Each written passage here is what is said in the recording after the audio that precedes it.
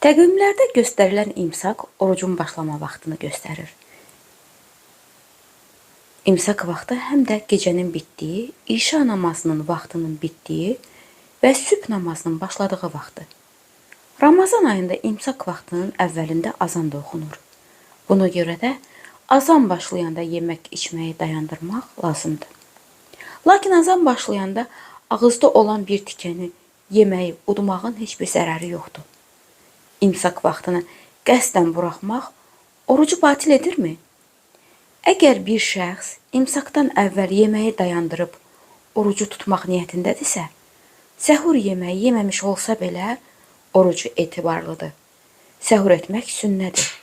Yəni tövsiyə olunan bir əməldir. Vacib deyil. Bu, oruc tutan şəxsə necə təsir edir? Səhur etməmək orucu batil etmir. Lakin insan gün ərzində daha tez aclıq hiss edə, susuzluq və halsızlıq hiss edə bilər. İmsak Peyğəmbərin sünnəsi kimi tövsiyə olunur. Çünki gün ərzində dözümlülüyü artırır.